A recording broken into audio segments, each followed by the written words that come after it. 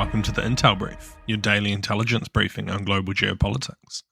Today is Tuesday, 3 December. I'm your host Daniel, the founder of HM Intelligence, and every weekday we bring you not just the news, but the so what from the events and decisions that shape our world. So grab a coffee and get ready to be informed. In today's update, we'll be covering the South Korean President Yoon Yeol declares martial law, the ICC chief criticizes US and Russia over threats, and outrage after fiber optic cable damaged in Finland. So firstly, South Korean President Yoon Yeol has declared an emergency martial law in a televised address, citing threats to the country's constitutional order from the opposition Democratic Party. Yoon accused the opposition of aligning with North Korea, undermining the government and obstructing state functions, including next year's budget plans. The president emphasized that the measures were essential to counter North Korea's perceived influence and suppress anti-state elements, signaling a stark escalation in political tensions. The move reflects deepening rifts in South Korea's polarized political landscape as Yoon seeks to consolidate control amidst growing resistance from the parliament. Yoon's presidency, which began in 2022, has faced mounting challenges, including declining approval ratings and controversies, including his administration.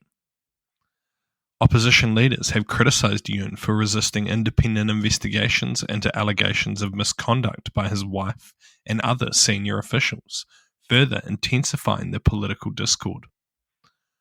With the Democratic Party holding a parliamentary majority, Yoon's policies have been repeatedly obstructed, fueling accusations of authoritarianism with the martial law declaration. The announcement risks exacerbating tensions with North Korea, while raising concerns about the democratic governments of South Korea. So what? While I'm not a close observer of South Korean politics, this seems to have come out of nowhere. It will take some time and more investigating to understand what is truly happening here, but it appears possible that this move has been made to avoid criticism of himself, his family, and his government. However, it is also possible that the opposition is attempting to disrupt his government plans, though it is unlikely that they are doing it to benefit North Korea. It will be something to keep a watch on over the next few days, or maybe weeks, to see how it unfolds. And next, the President of the International Criminal Court, Judge Tomoko Akane, condemned interference from the United States and Russia in the court's investigations, describing such actions as appalling during the ICC's annual meeting. Akane criticized US threats of sanctions, including recent remarks by Senator Lindsey Graham, who called the court a dangerous joke, and advocated for punitive measures against nations supporting the ICC. These pressures, Akane argued, endanger the court's independence and its ability to administer justice impartially. Russia, too, has targeted the ICC, issuing an arrest warrant for ICC prosecutor Karim Khan after the court indicted Russian President Vladimir Putin. The challenges reflect escalating resistance to the ICC's authority from powerful nations. The ICC faces unprecedented challenges as it seeks to meet growing global expectations for accountability, according to prosecutor Karim Khan. Its actions, including arrest warrants for figures such as Putin and Israeli Prime Minister Benjamin Netanyahu, have drawn harsh responses from nations unwilling to accept its jurisdiction. In June, the US House of Representatives passed a bill to sanction the ICC following its arrest warrant for Netanyahu, further showing efforts to delegitimize the court. Despite these pressures, Akane reaffirmed the ICC's commitment to prosecuting war crimes, genocide, and crimes against humanity, emphasizing that the coercive tactics threaten the court's mission to uphold international law and justice. So what?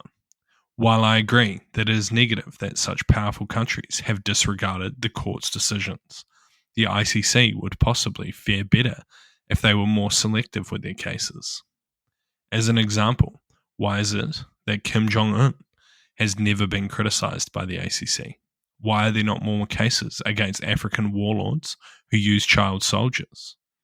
Cases such as these could be used to build trust back in the ICC and get more buy-in from the international community. As it stands, though, it is unlikely that this court will get much more credibility in the short term. And lastly, Finnish authorities reported damage to 2 fibre optic cables connecting Finland and Sweden, which initially raised concerns of potential sabotage, but was later deemed likely accidental by Finnish police.